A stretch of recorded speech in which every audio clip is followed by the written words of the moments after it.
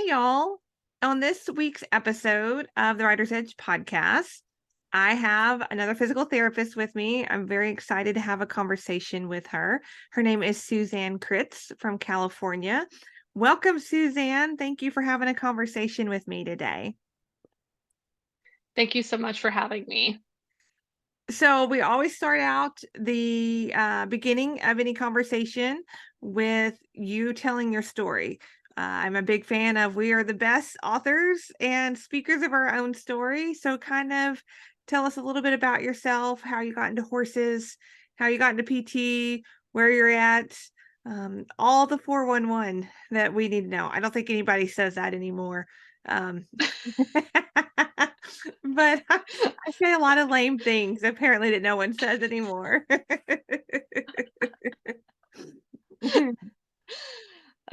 Yeah, absolutely. So I have been a horse girl my entire life. I actually was on a horse before I was born. I always like to tell people that there is a picture of my mother, 6 or 7 months pregnant, sitting on this amazing gelding, Guinness. Because my mom took up riding actually later in her life, and there was a picture of her pregnant with me riding. And so I always say that I was born riding a horse. Um, I started official lessons when I was 7, and I've been obsessed ever since. I got my first horse when I was 13. She was this older Irish thoroughbred, been there, done that, did all the eventing and dressage and everything, and she actually went to college with me. I competed on the Cal Poly dressage team here in San Luis Obispo. That's a whole decade ago. It makes me feel so old. And then after that, I went to Clarkson University for my doctorate in physical therapy. And while I was there, I found a barn and continued riding throughout my time there, which was just fantastic. I currently have a 4-year-old Dutch warm blood named Anohi. He is my pride and joy. I've had him since he was a long yearling, so he was 19 months old when I got him. I backed him myself, and we are currently doing our training level dressage and some jumping as well. And I absolutely love learning on him.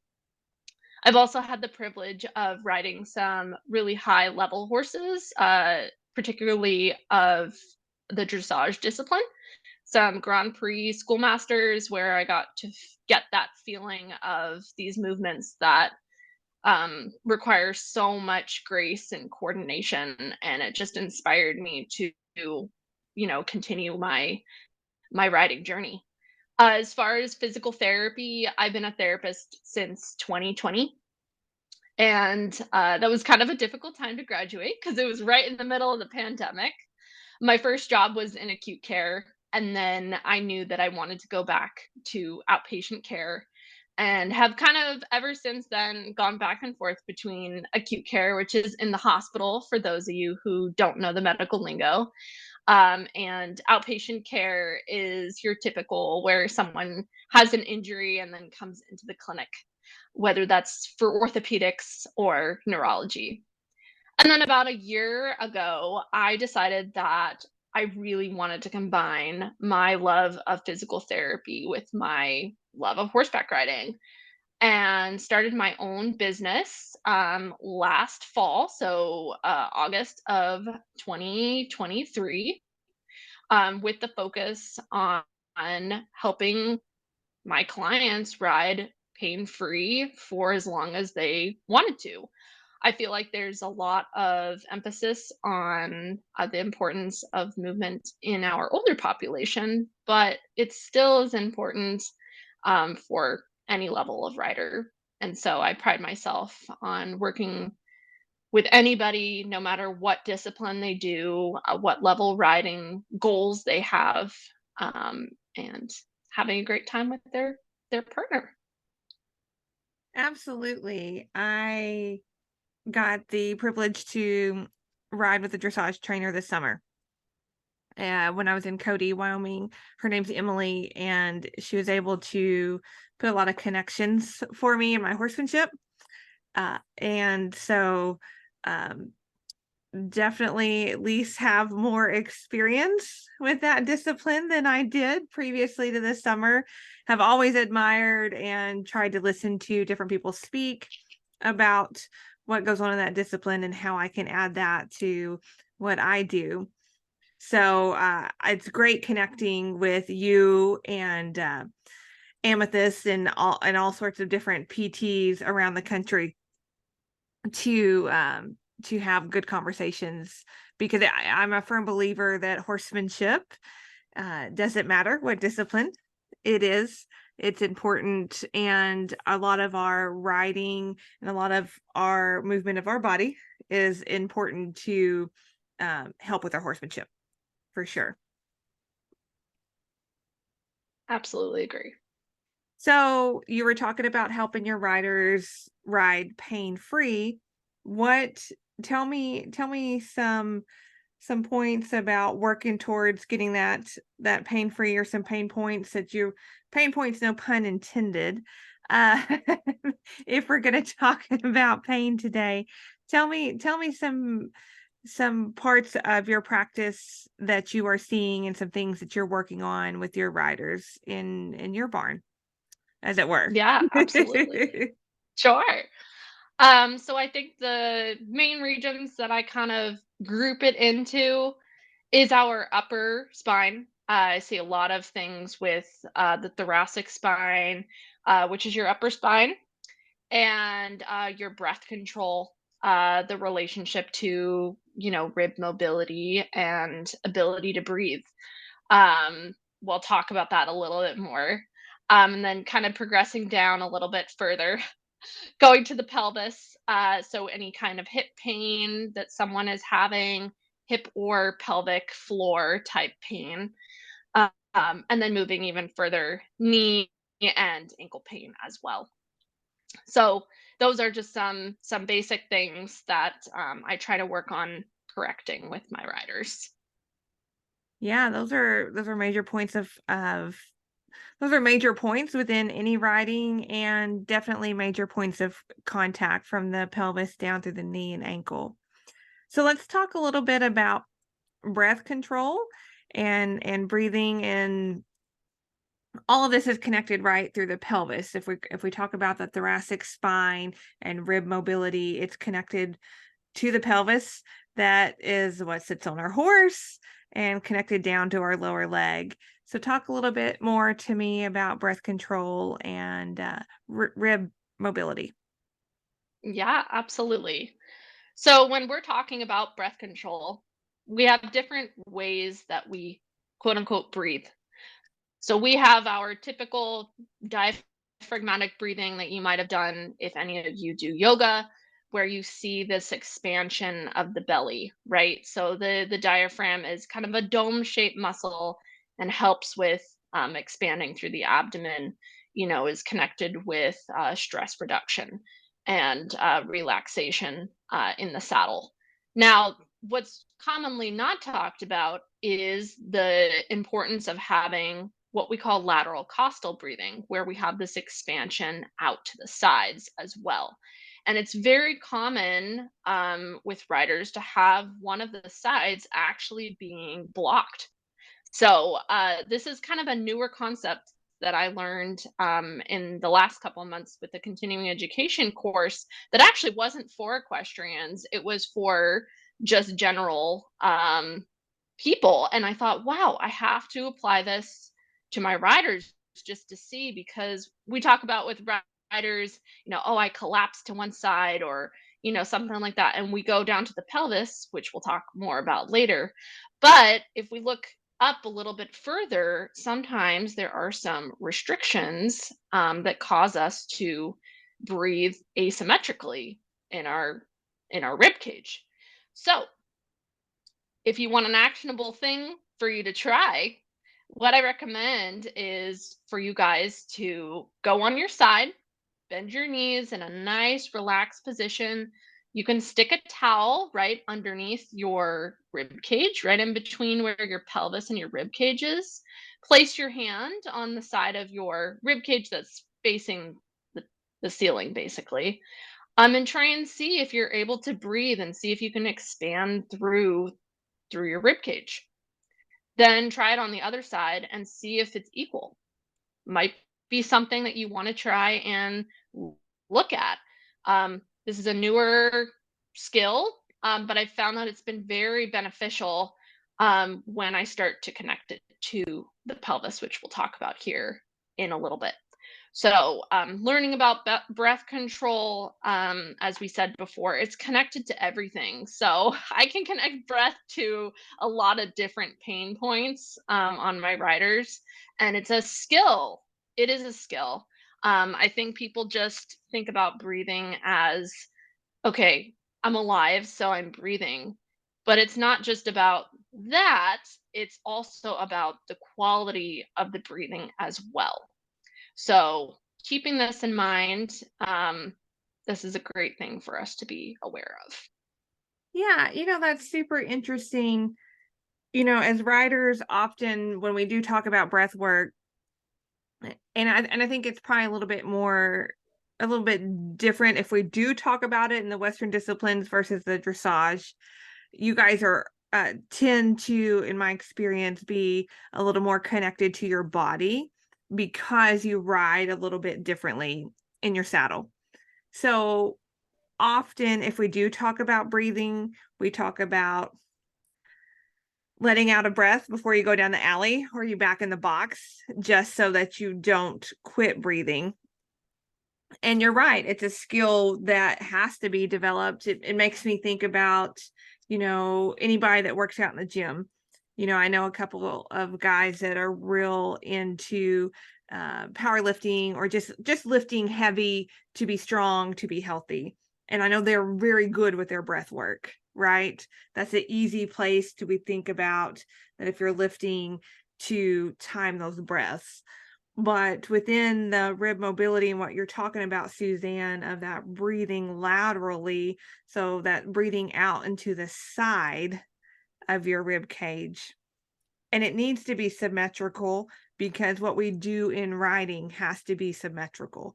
Our horses tend to be asymmetrical, really for reasons that humans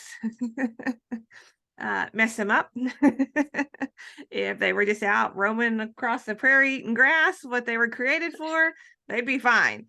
But we don't do that with them anymore. So as a rider, you've got to be symmetrical because whatever discipline you are doing, you have to use both sides of your body.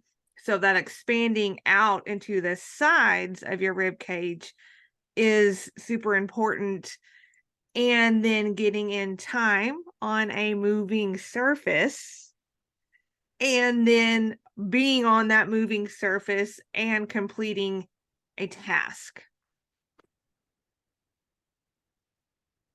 Yes, absolutely. And, adding in us riding on a unpredictable being, sometimes this relates to if you're on a young horse. Like my horse is good, but he's not a steady Eddie 20-year-old who knows what he's doing, So, and I ride in a dressage saddle sometimes, and sometimes I ride in a jumping saddle, and, have my clients, who are in a Western saddle or an endurance saddle, and the way that they're positioned is also going to affect the way that they're able to breathe. So there are a lot of influences on the breath control that I think that people don't really think about. Yeah, that's an interesting concept that we can probably dive into on another conversation, into more work about breath work while moving, while being active, while doing things. So as we continue from our breath work, our opening up our rib cage and really getting our ribs to move.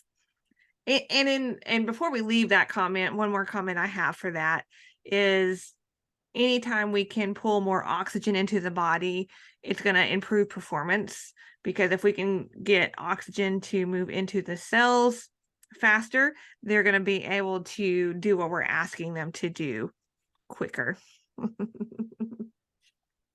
Yes, absolutely. And even going off of that, with, comparing the disciplines, kind of how you were mentioning before, like if we were comparing, a dressage rider versus a barrel racer, like the difference in the breath control is super fascinating to me because for a dressage test, let's say someone's doing, Grand Prix or even really like fourth level, your dressage test that you're required to have this kind of control is pretty long, like 6 7 minutes that you're constantly, requiring your body and having this breath and changing. You're having these changing between walk, trot, canter, collected work, all of that stuff versus something that's more power with your, gymkhanas or your barrel racing. So it's different of the things that these writers have to work on. So really 100%. interesting concept to me. Yeah, it really is. I went and rode with my friends a couple weekends ago, and they really changed my riding and really pulled me into more of a posterior pelvic tilt to have a little more power, a little more stability, even further than what I was. And and then we were doing things that we normally do with our horses, just at a slower pace, but just very much working on that horsemanship and hoof placement in our different maneuvers. And I was out of breath. I was out of breath. We weren't running, but as you will know, when we start creating new neuromuscular patterns, our brain and our body has to work hard. And so I was holding my breath. So and I think an easy thing to say or do for anybody out there is if you get done doing a task with your horse and you are more out of breath than your horse, you were holding your breath. And so that's an easy place to start on working on breath control. Yes, absolutely. So as we move down the spine, Suzanne, and we move down to what connects our whole body and is a major player, no matter where you ride or how you ride, the pelvis. Talk to me something about the pelvis that you are seeing with your clients and what you are kind of really focused on right now. I think the main point that I'd like to bring up is that every person with their pelvis is different because of the angles that we're at, whether we're male, female, the shape, the position is different. Now, there's that. And then we also have the influence of the type of saddle that we're riding in. And then on top of that, we have the width of the horse. So if we're riding some big draft horse, it's going to be completely different than our really narrow off the track thoroughbreds or gated horses maybe that are a little bit more narrow. And so all of this has to be individualized to the client. So the way that I treat someone, I have to know all of these variables and what that might be doing to influence the pain that they're having. Now, pelvic pain is a huge concept, as you know. So I'm not going to get into that too much because that could definitely be another episode in and of itself. But by taking those variables, what someone can really think about is how they're sitting in the saddle, and when they're sitting in the saddle, how much movement is required of them. So having this type of pain might be the way that they're shifted, whether you're sitting more in a slouch position, or as you mentioned before, posterior pelvic tilt, or if you're more of a anterior pelvic tilt, where you tend to normally we correlate that with arching your back. um, or if you have, a wider horse, may require a little bit more mobility in those hip adductors, those big inner thigh muscles, compared to someone who's riding a really narrow thoroughbred, as well as, the saddle choice of a narrower dressage saddle versus a more wide Western saddle. And so going back to pain there are a lot of different things that someone might be having there, whether it's influenced by the position of the pelvis and the interaction of the hip joint, or if there's just interaction of the muscular structures. So there are a lot of different things that I see in my riders, and they're all different in how we try and work on them. Yes, we can talk episode upon conversation about the different factors that affect the pelvis. And that goes from the rider's conformation to the horse's conformation, the barrel width, the different saddles, as you said.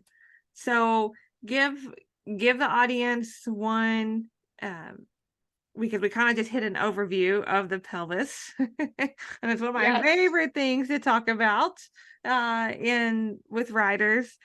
Give give the audience one actionable step, whether on the horse or off the horse, where they could do something to either check how they're doing with their pelvis, or kind of Yeah. help correct their riding. Absolutely. So this can be done either sitting in the saddle or sitting on a chair with your hips and your knees at about 90 degrees.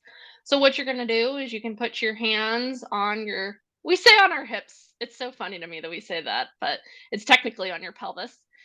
And try to see if you can feel yourself rocking side to side. So shifting to one seat bone versus the other, and then shifting forward and backwards, trying to be equal on both of these seat bones. Now, what you can try and do if you want to add a little bit more of a challenge, now put your hands either across your chest or forward like you're riding, and try and do the same thing. um, Sometimes it's easier to do this on, a stationary horse. So if you can have someone hold the horse for you, you can kind of see how it feels, and then move on to the walk, the trot, and the canter. So the main thing is to try and create this awareness of being centered as much as we can, but also acknowledging that being able to go in and out of this range of motion is important with riding. It's a little bit different than sitting in a car and I say, okay, you have good posture and keep your spine and your pelvis neutral. But in a rider, we can't do that. We're always changing side to side depending on what we're asking the horse to do. And this goes back to, the discipline that we're doing, and what we're asking in our training session. So starting slow, starting stationary, and then increasing the challenge, is going to help with creating that pelvic awareness.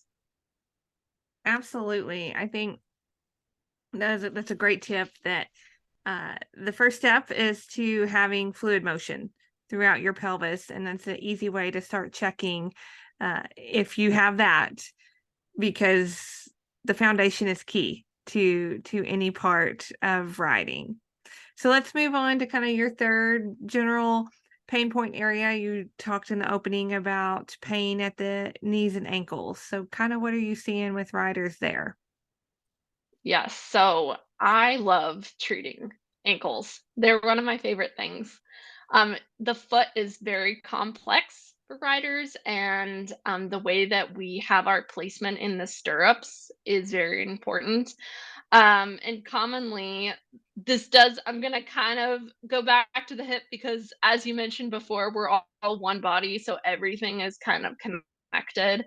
So if we've completely ruled out that there's nothing going on at the hip and it's truly at, the knee or the ankle, if we're looking at the ankle, we want to make sure that you have mobility through your entire foot. Feet are very complicated. We have multiple bones that can affect our ability to be stable in a stirrup. We have a lot of pressure through what we call the ball of our foot, right?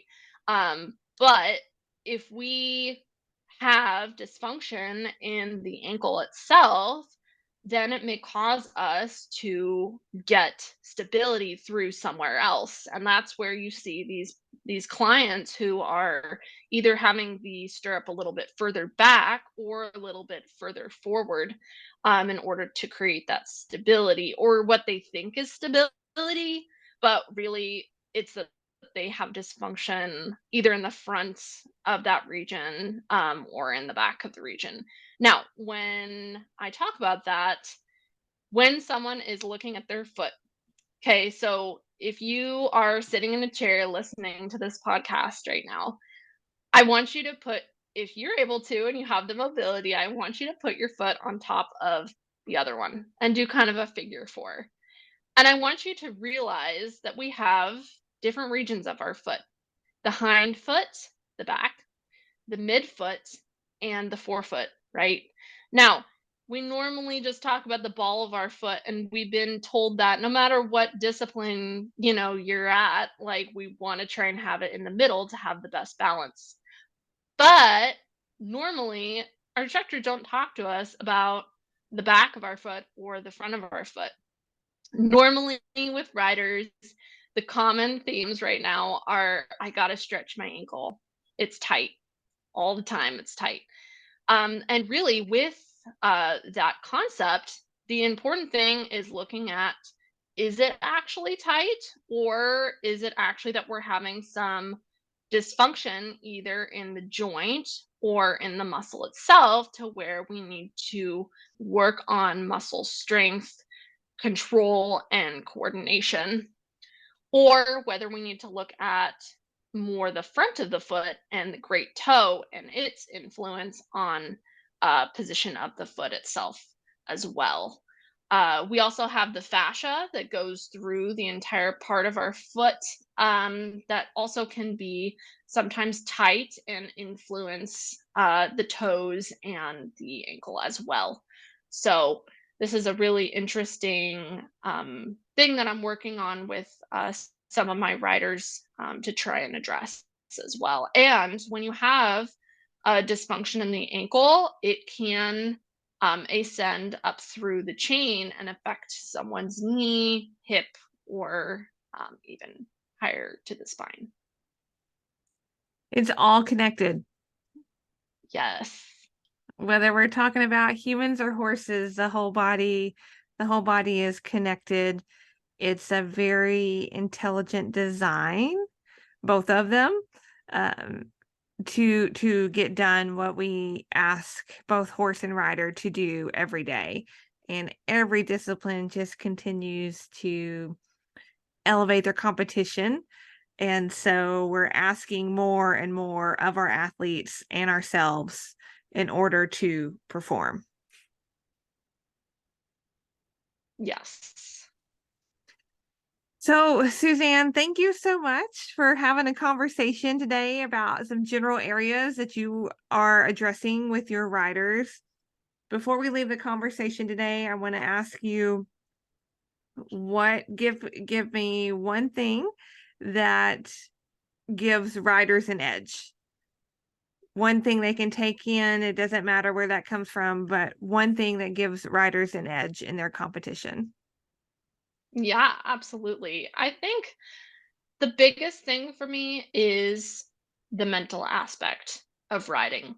So, as a physical therapist, people think that I just work on the body. That's the only thing I care about. Like, head down, nothing else matters about that. But at the end of the day, having this mental capacity to strive to be the best that you can be for yourself, and that the influence of how you care for yourself and your body, and you think about the things that you've worked on that have brought you to wherever you are, whether that's a schooling show or the Olympics.